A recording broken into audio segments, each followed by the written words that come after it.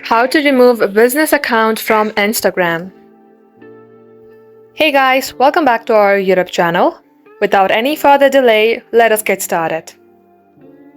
Launch your Instagram application from your device and get logged into your Instagram account. Then tap onto your profile on your bottom right. In order to remove a business account from your Instagram account, you have to switch your business account to a personal or a creator's account.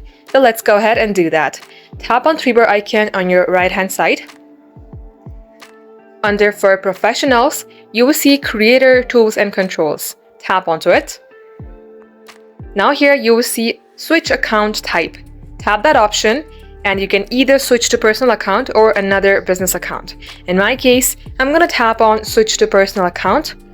Tap it again. Once done, refresh your page. Go back to your profile. And just like so, as you can see that the professional dashboard is not showing, meaning now this is a personal account, and that is how you can switch it back. That's all for today. Thank you for watching the video till the very end.